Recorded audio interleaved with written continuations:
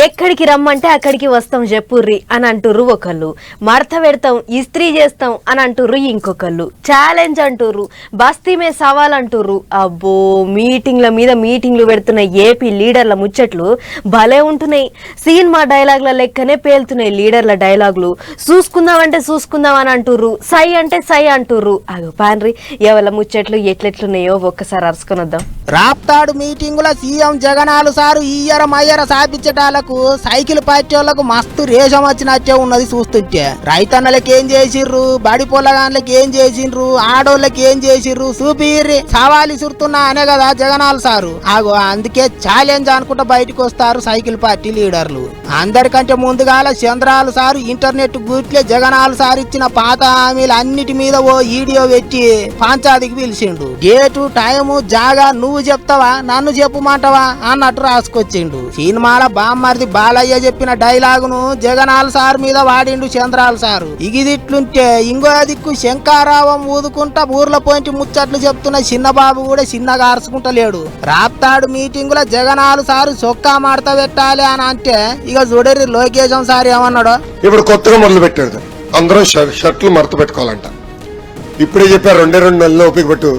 Shirt కాదు కదా నీ కుర్చీ మడత పెట్టే బాధ్యత 5 కోట్ల ఆంధ్ర రాష్ట్ర ప్రజలు తీసుకుంటున్నారు జగన్. సినిమాల పాటనే అనుకున్నాం, లీడర్ల నోటంటే వినిపిస్తున్న ఈ మడత డైలాగులు కూడా మస్తు వేలుతున్నాయి. అటు అనకాపల్లి మీటింగుల కూడా చిన్నబాబు భలే ముచ్చట్లు చెప్పిండు. మంత్రి గుడివాడ అమర్నాథ్ సార్కు కోడిగుడ్డ అవార్డు ఇచ్చిండు. మీ శాసనసభ్యుడు నేను గిఫ్ట్ తీసుకొచ్చాను. ఆంధ్ర రాష్ట్ర పరువు తీసినందుకు ఆయనకు కోడిగుడ్డు ఇస్తున్నాను.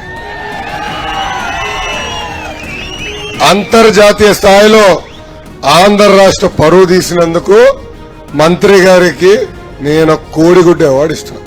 కోడిగుడ్డు అమ్మకి పర్ఫెక్ట్ కదా, ఇది అన్నగారికి ఇస్తున్నా, డెలివరీ చేయమని నేను కోరుతున్నా.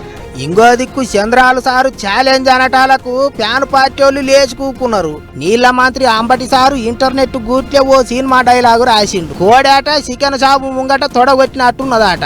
ఇంత మాట అన్నాక సైకిల్ పార్టీ వాళ్ళు ఊకుంటారా, వాళ్ళు డైలాగు వేల్సిండ్రు. కోతలు కోసే రాంబాబుని ట్విట్టర్లో కాదు నాయన, నీ వెళ్ళి తాడేపల్లిలో నిద్రపోతున్నటువంటి మీ నాయకుడిని నిద్రలేపి ప్రజల ముందుకు తీసుకురా.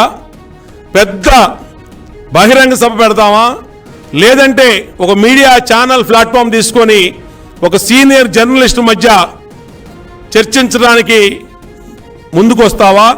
దేనికైనా సరే రెడీగా ఉన్నాం.